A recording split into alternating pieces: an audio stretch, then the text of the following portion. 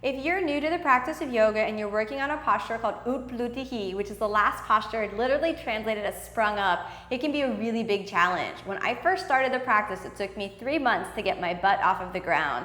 Like any strength posture or practice, you want to be sure that you have a good combination of core strength movements supporting the body and upper body strength to give you solid foundation there. So if we're working on Utpluthih, you want to take a full Padmasana position, a full lotus position. If you don't know how to get into lotus position, before you try, check out my video on how to safely get into Padmasana position to make sure that your knees are safe and solid throughout your whole life, not just the practice.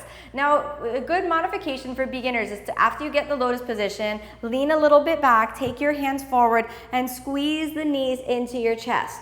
And this will allow you to really activate the core of the body using the hip joints to hold yourself in. In fact, if you can get the knees all the way into the chest by squeezing the lower ribs in, you'll really start to feel the core of the body working. You can hold this for 10, 20 breaths. Also, if you have a wrist injury and you want to keep practice, this can actually be a good adjustment or modification for Utpluthih because you can get the core of the body, the sense of the body lifting itself. Now, if you want to take it into the full expression of the posture, you can let the knees come down just a little, not all the way to the floor, but keep that lifted sensation as though everything's compact and drawn into the center. Then you can use your feet a little bit, activate the feet a little, take your hands forward, bend the arms a little, keep that sensation of the knees going into the body, and then press your hands into the ground. And then when you're ready to come down, you can place your butt back down and release down to a comfortable seated position. So remember, if you're working on Utpluthih, to not rush the process. The butt doesn't come off the ground. Stay for a little longer in that preparatory position with the knees hugged into the chest.